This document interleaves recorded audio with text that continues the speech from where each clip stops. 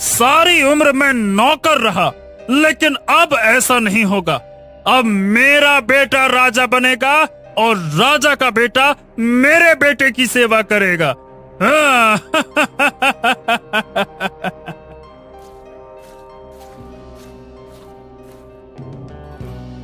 दासी, मेरा पुत्र कहाँ है?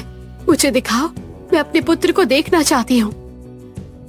महारानी जी, दादी अम्मा राजकुमार को स्नान करवा रही हैं और उन्हें सुंदर वस्त्र पहना रही हैं। वो शीघ्र ही राजकुमार को आपके पास लेकर आएगी।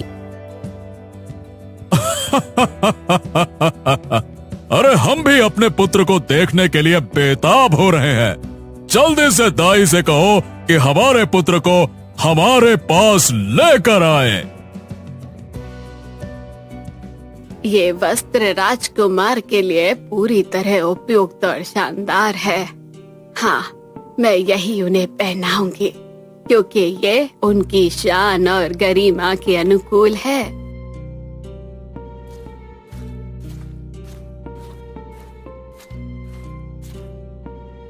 अरे राजकुमार, मुझे कुछ बदले बदले से क्यों लग रहे हैं? जब मैंने उन्हें नहलाया था तब उनकी शक्ल कुछ और ही थी, और अब ऐसा लग रहा है जैसे उसमें कोई अजीब सा बदलाव आ गया हो। ये परिवर्तन आखिर क्यों महसूस हो रहा है?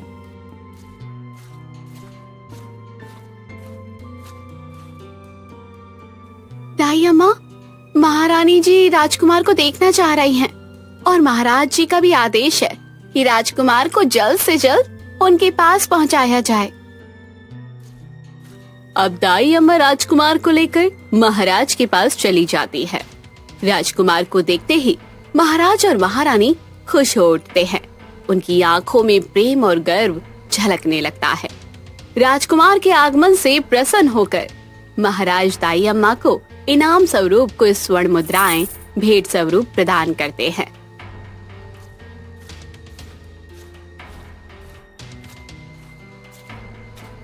ना जाने क्यों मन में अजीब सी बेचैनी हो रही है। कुछ तो गड़बड़ है। जब मैंने राजकुमार को पहली बार देखा था तो उनका चेहरा अलग था, लेकिन जैसे ही मैं उनके वस्त्र लाने गई और वापस लौटी तो मुझे उनका चेहरा कुछ बदला बदला सा महसूस हुआ। ये मेरा भ्रम है या सच में कुछ अनहोनी हुई है, या मेरी आंखें धोखा खा रही हैं, या वाकई ही कोई रहस्य छिपा है।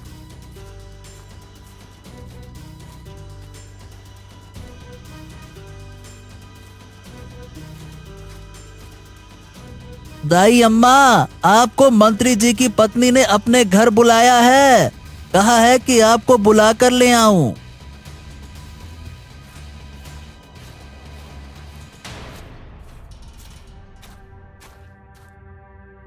क्या है बेटा?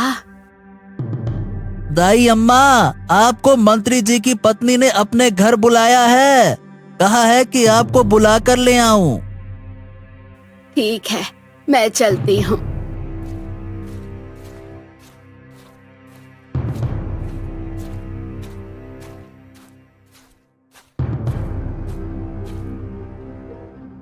दाई अम्मा, मेरे आंगन में खुशियों ने दस्तक दी है। मुझे पुत्र रत्न की प्राप्ति हुई है, लेकिन जिस दाई को उसकी देखभाल के लिए यहाँ ठहरना था उसे अचानक किसी कारणवश जाना पड़ा। ऐसे में मैं चाहती हूँ कि आप मेरे बेटे की देखभाल करें।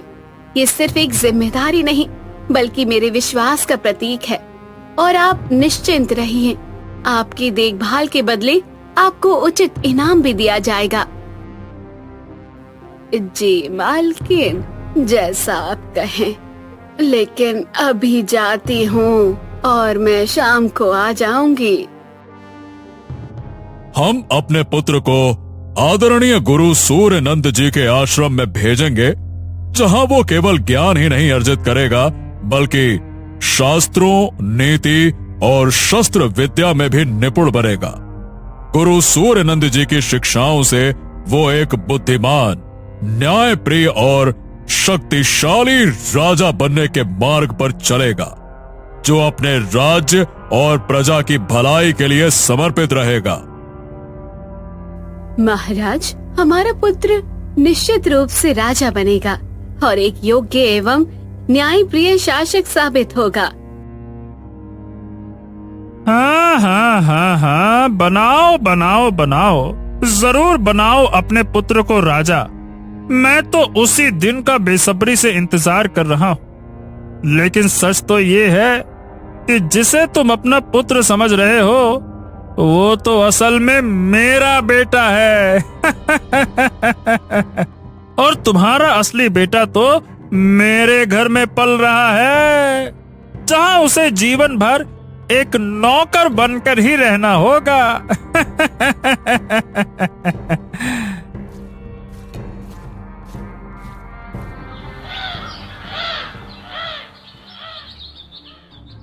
अरे, ये बच्चा तो राजा साहिब के पुत्र जैसा ही लग रहा है। लेकिन जब मैं बच्चे के लिए कपड़े लेने गई थी और वापस लौटी तो कुछ अजीब सा महसूस हुआ। जो बच्चा मैंने पहले देखा था वो वहाँ पर नहीं था। अब मुझे पूरा यकीन हो गया है कुछ ना कुछ तो गड़बड़ जरूर है। ये सब यूं ही नजरअंदाज नहीं किया जा सकता। मुझे तुरंत राजा साहिब के पास जाना होगा, सारी सच्चाई बतानी होगी।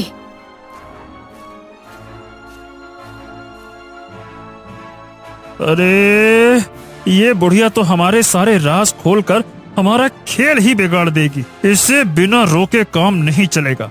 अब इस बुढ़िया का कुछ न कुछ तो करना ही होगा। हाँ। दाई अम्मा मंत्री के घर से निकलकर राजमहल की तरफ चली जाती है।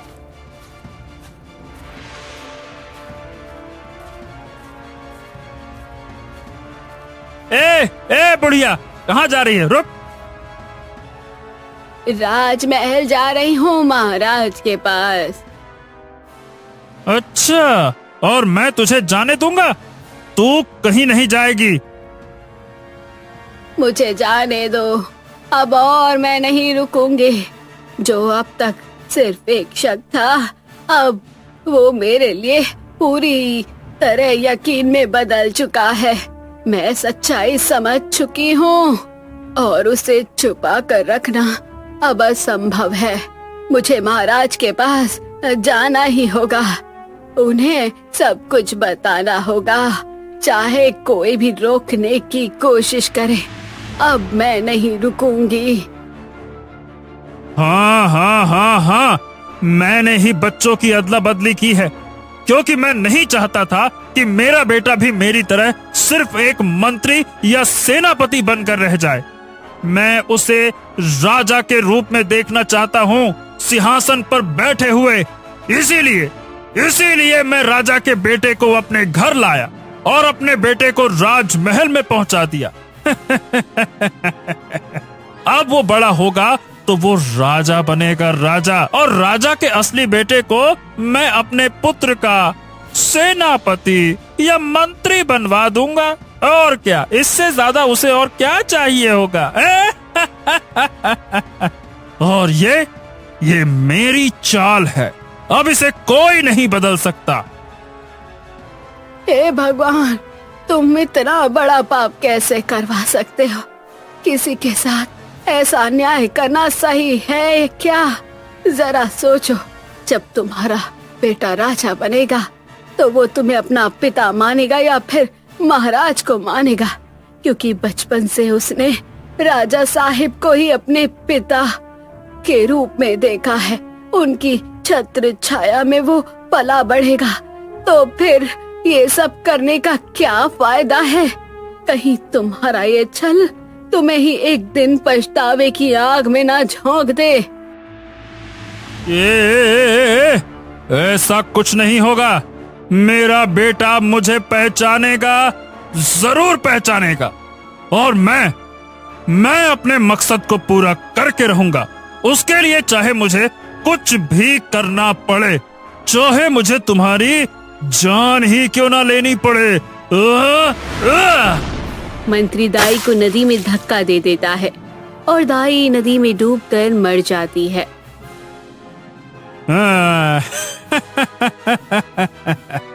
अब मेरे रास्ते में कोई बाधा नहीं रही। जो भी सामने आया उसे हटा दिया। अब मेरा मकसद पूरा होकर ही रहेगा, चाहे कुछ भी हो जाए।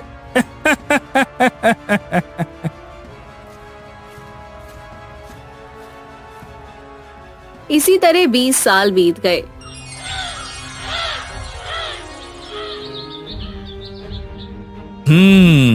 तो आखिरकार अब वो समय आ गया जब तुम्हें राज्य के कार्यों में गंभीरता से रुचि लेनी होगी। राजकाज की बारीकियों को समझना होगा।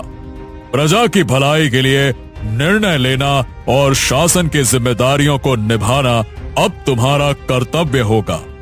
आखिर भविष्य में तुम्हें ही इस राज्य का राजा बनना है और एक सशक्त, न्यायप्रिय एवं बुद्धिमान शासक के रूप में अपनी पहचान स्थापित करनी होगी। हाँ हाँ हाँ हाँ हाँ, बिल्कुल महाराज, आपने बिल्कुल सही बात कही है। अब राजकुमार के राजा बनने का वक्त आ गया है। हाँ, पर पिताजी, मैं राजा बनने से पहले स्वयं को परखना चाहता हूँ और राज्य भ्रमण करके खुद से सब कुछ महसूस करना चाहता हूँ। उसके बाद जैसा आप कहेंगे मैं वैसा ही करूंगा। अच्छा तो ठीक है, जैसा तुम्हारी इच्छा। हम तुम्हारे साथ कुछ सैनिक और सेनापति को भेज देंगे और तुम्हारे लौटने की प्रतीक्षा करेंगे। जाओ, राज्य भ्रमण करके आओ। ये भी बहुत अच्छी बात है। ये राजा का एक बहुत विशेष गुण है, अपनी प्रजा का ध्यान रखना। बहुत अच्छे, जाओ। मैं क्षमा चाहूंगा पिताजी, लेकिन मैं अकेले ही जाऊंगा। राजकुमार, हम तुम्हारे साहस की सराहना करते हैं, लेकिन यह मार्ग कठिन है। अकेले जाना उचित होगा या नहीं, जरा इस बारे में विचार कर लो, सोच लो। फिर भी यदि तुम्हारा निर्णय अटल है तो जाओ, हम तुम्हारे सकुशल वापसी की प्रतीक्षा करेंगे। जाओ। राजकुमार अब राज्य के भ्रमण पर निकल जाता है और वो राज्य के अलग अलग गांव में जाकर लोगों से मिलता है, जिससे राजकुमार को गांव वालों के दुख और परेशानियों के बारे में पता चलता है।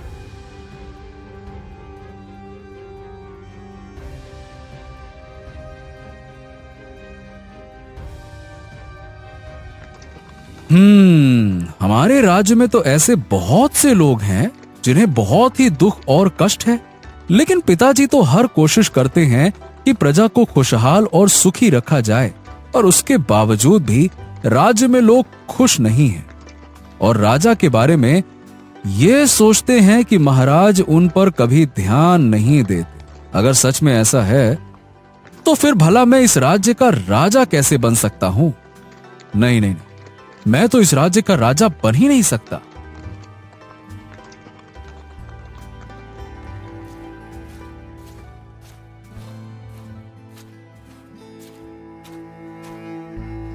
महाराज, क्या हो गया आपको? आज आप अभी तक बिस्तर पर ही हैं। आज आप दरबार नहीं जाएंगे क्या? हाँ महारानी, मेरा स्वास्थ्य कुछ ठीक नहीं लग रहा। मुझे बहुत कमजोरी लग रही है। मेरे पूरे शरीर में दर्द हो रहा है। तो फिर मैं अभी वैद्य जी को बुला देती हूँ।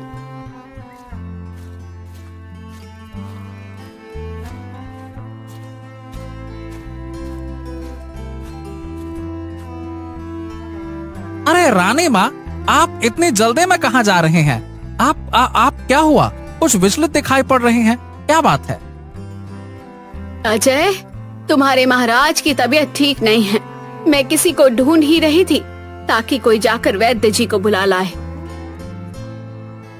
हाँ, रानी माँ, आप चिंता मत कीजिए, मैं अभी जाकर वैद्य जी को बुला कर ले आता हूँ। आप निश्चिंत रहिए। अजय वहाँ से भागा चला जाता है और वैद्य जी को बुला कर लाता है। धन्यवाद वैद्य जी, आपकी दवाई लगते ही आराम मिल गया मुझे। हाँ, बहुत अच्छा लग रहा है। धन्यवाद धन्यवाद। महाराज, ये तो मेरा फर्ज था, पर असली धन्यवाद का हकदार तो ये लड़का है, क्योंकि जब ये मुझे बुलाने मेरे घर पर गया तो इसे पता चला कि मैं घर पर नहीं बल्कि नदी पार बेलापुर गांव में गया हूं।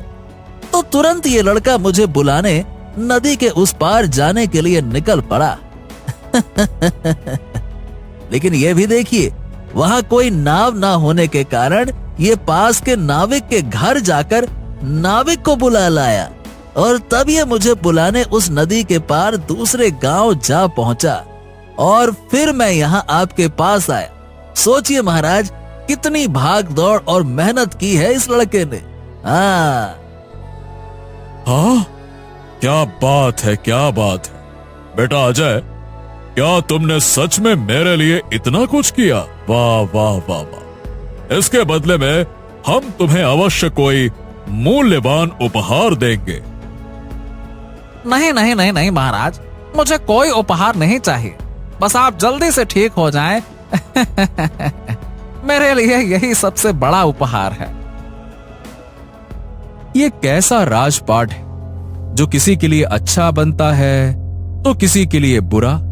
कोई राजा की तारीफें करता है तो कोई बहुत बुरा राजा कहता है। ऐसे में कैसे सभी को खुश रखा जा सकता है? मुझे तो कुछ समझ नहीं आ रहा। हाँ हाँ, गुरु महाराज को हर प्रश्न का उत्तर ज्ञात है। वो हर मुश्किल का हल निकाल देते हैं और संसार के मोह माया और लोभ से दूर रहकर अपनी साधना और तपस्या में लीन रहते हैं। हाँ, इसीलिए मैं गुरु महाराज के आश्रम में एक शिष्य बनकर रह रहा हूं, क्योंकि मुझे भी इन सांसारिक मोह माया और लोभ से दूर रहना है। मुझे भी एक शुद्ध जीवन जीना है जिसमें प्रभु का ध्यान हो और गुरु की सेवा करने का अवसर मिले। वाह वाह वाह वाह, कितने सुंदर विचार हैं इन दोनों के। लगता है यहाँ किसी बहुत पहुंचे हुए साधु महाराज का आश्रम है, तो क्यों ना मैं भी वहां जाकर अपनी परेशानियों का हल खोजूं। फिर राजकुमार भी उसी तरफ चला जाता है और उसी आश्रम में पहुंच जाता है। प्रणाम गुरुदेव, प्रणाम प्रणाम प्रणाम। मैं आपसे कुछ पूछना चाहता हूं। हमें मालूम है कि तुम हमसे क्या पूछना चाहते हो, लेकिन सत्य जानकर तुम और भी विचलित हो जाओगे। हाँ, क्या वाकई में आप जानते हैं कि मैं आपसे क्या पूछना चाहता हूं? तो गुरुदेव, कृपया करके मुझे सही मार्गदर्शन दीजिए। और ऐसा क्या है जो मैं जानकर विचलित हो जाऊंगा? कृपया मुझे बताइए गुरुदेव, बताइए। तुम जिस सोच में डूबे हुए हो और जो विचार तुम्हें परेशान कर रहे हैं, वो ये है कि तुम्हें राजा बनना चाहिए या फिर नहीं। क्या तुम यही सोच रहे हो कि राजा बनकर सभी को खुशहाल कैसे रखा जाए? क्या मैंने सही कहा? हाँ हाँ जी गुरुदेव, आपने बिल्कुल सत्य कहा। मैं यही सोच रहा था। और एक सत्य और है जो तुम्हें ज्ञात नहीं है, जिसे जानकर तुम्हें बहुत कष्ट होगा, लेकिन सत्य तो सत्य है, वो तुम तक पहुंचकर ही रहेगा। गुरुदेव, मैं भ्रम में हूं। कृपया मुझे सत्य से परिचय कराएं। आखिरकार वो सत्य क्या है? मैं तुम्हें बता दूंगा, पर तुम्हें यह निश्चय करना होगा कि वो सत्य जानकर तुम अपने धैर्य को बनाए रखोगे और शांति से विचार करके ही कोई निर्णय लोगे। हाँ जी गुरुदेव, मैं वैसा ही करूंगा जैसा आप बोलेंगे। कृपया मुझे अब बताइए, मैं अब और प्रतीक्षा नहीं कर सकता। हाँ तो सुनो, जिसे तुम अपने माता पिता समझते हो, वो तुम्हारे माता पिता नहीं है और ना ही तुम उनके पुत्र हो। उनका पुत्र तो वो है जो राजा के मंत्री के घर में रहता है, समझ गए? क्या गुरुदेव आप ये क्या कह रहे हैं? मतलब भला ऐसे कैसे हो सकता है? हमें तो कुछ समझ नहीं आ रहा। ये कैसे संभव है? ये संभव भी है और ये सत्य भी है। सुनो, आज से 20 वर्ष पहले तुम्हारा जन्म राजा के मंत्री के घर में हुआ था और उसी समय राजा के महल में भी एक पुत्र का जन्म हुआ, जिसके बाद तुम्हारे पिता के मन में राजा के प्रति नफरत और क्रोध आया और फिर तुम्हारे पिता ने चुपके से जाकर तुम्हें राजा के महल में राजा के पुत्र की जगह रख दिया और खुद राजा के पुत्र को अपने साथ ले आया। इस तरह से तुम्हारा पालन पोषण राजा के महल में हुआ और राजा के पुत्र का पालन पोषण मंत्री के घर में हुआ, समझ गए? गुरुदेव गुरुदेव गुरुदेव, आपने मुझे ये दृश्य दिखाकर मुझ पर बहुत उपकार किया है। गुरुदेव, मैं अब तक एक झूठी जिंदगी जी रहा था, एक ऐसी जिंदगी जो वास्तव में मेरी थी ही नहीं, और जिसकी जिंदगी मैं जी रहा था उसे इसका एहसास तक नहीं था। लेकिन अब ऐसा नहीं होगा, अब ऐसा नहीं होगा गुरुदेव, अब ऐसा नहीं होगा और मैं ऐसा होने नहीं दूंगा। अब वही होगा जो मैं चाहूंगा। हाँ। राजकुमार तुरंत वहां से राजमहल की ओर निकल जाता है।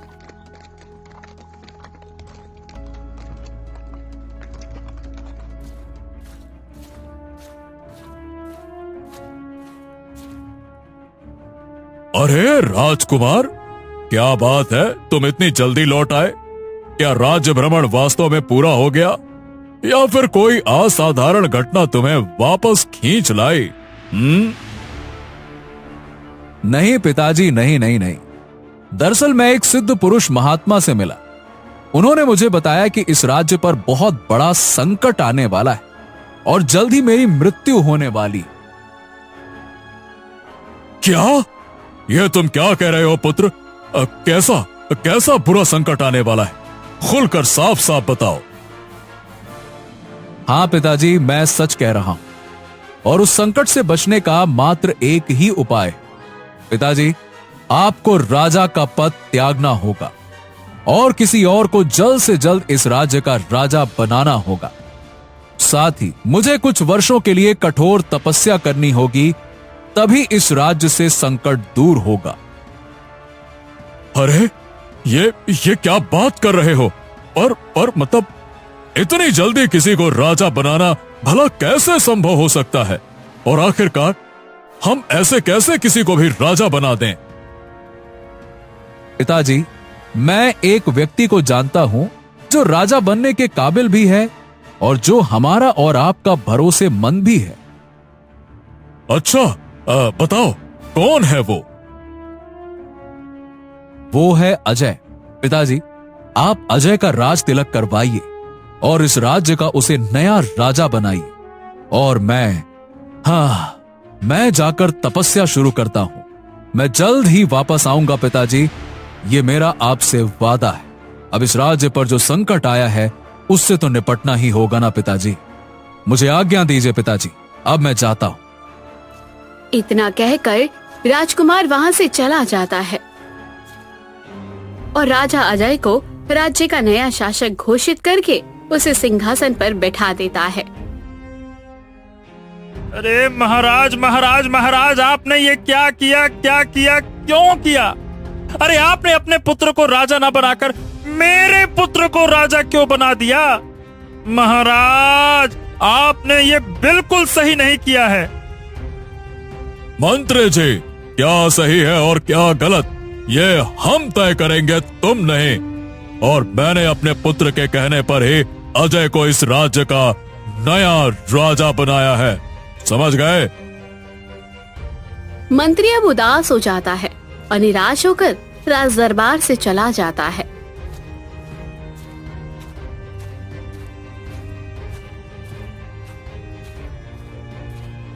अरे अरे अरे, ये सब क्या हो गया, क्या हो गया, क्या हो गया? मैंने क्या सोचा था और क्या हो गया? अरे मैं तो अपने बेटे को राजा बनाना चाहता था, लेकिन आज तो महाराज का बेटा राजा बन गया।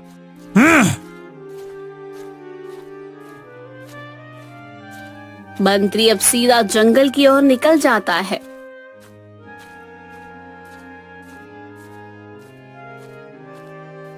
कुछ देर चलने के बाद वो उसी स्थान पर पहुंच जाता है जहां गुरुदेव का आश्रम स्थित है। अरे अरे राजकुमार, ये सब क्या हो रहा है? और आप यहाँ इस अवस्था में क्यों पड़े हैं? क्या बात है? पिताजी, ये सब कुछ आपकी वजह से ही हुआ है। क्या पिताजी, ये क्या कह रहे हो? मैं पिताजी को पिताजी नहीं कहूंगा तो और क्या कहूंगा पिताजी, बताइए। लेकिन आपके पिताजी तो महाराज हैं राजकुमार, तो आप मुझे क्यों पिताजी कह रहे हैं? हैं? आप अपने बेटे को राजा बनाना चाहते थे, इसीलिए आपने मुझे राजमहल में पहुंचा दिया और अजय को अपने साथ उठा ले गए। पर पिताजी, ईश्वर को शायद कुछ और ही मंजूर था, इसीलिए वही हुआ जो ईश्वर चाहता था। पर बेटे, मैंने तो तुम्हारी भलाई के लिए ऐसा किया था। मैं तो तुम्हें राजा बनते हुए देखना चाहता था ना, इसीलिए तो मैंने ये सब कुछ किया था। और पिताजी, ये तो साक्षात घोर अपराध है, अपराध है, अपराध। आपने मेरा ही नहीं बल्कि अजय की भावनाओं के साथ भी खिलवाड़ किया है। और यदि ये बात महाराज तक पहुंच गई तो आपका क्या होगा? क्या कभी आपने ये सोचा है? इसीलिए मैंने उन्हें कुछ नहीं बताया और चुपचाप वही किया जो करना उचित था। देखिए पिताजी, जो राजा साहब के बाद राज सिंहासन का असली हकदार था, वो राजा बन गया और मैं मोह माया त्याग कर महान परम पूज्य गुरुदेव का शिष्य बन गया। अब मैं सारा जीवन प्रभु का ध्यान कर अपना जीवन यापन करूंगा। और पिताजी, आपने अपने बेटे को खुद से दूर कर दिया आपके लालच की वजह से। अब आपके किए का यही परिणाम है। मंत्री अब उदास हो जाता है और अपने किए पर पछतावा करता है। तुम ठीक कह रहे हो बेटा, ठीक कह रहे हो। मुझे सजा मिलनी चाहिए, मैं सजा का ही हकदार हूँ। आज तुमने मुझे सिखाया है कि छल करने का परिणाम बहुत ही बुरा होता है, बुरा होता है, बुरा होता है। अब मंत्री अपने किए पर अफसोस करता हुआ अपने घर की ओर निकल जाता है। तो दोस्तों, कहानी भी यहीं खत्म होती है। कहानी कैसी लगी कमेंट बॉक्स में जरूर बताइए। चैनल को अभी तक सब्सक्राइब नहीं किया है तो जरूर कर लीजिए। मिलते हैं अगली वीडियो में।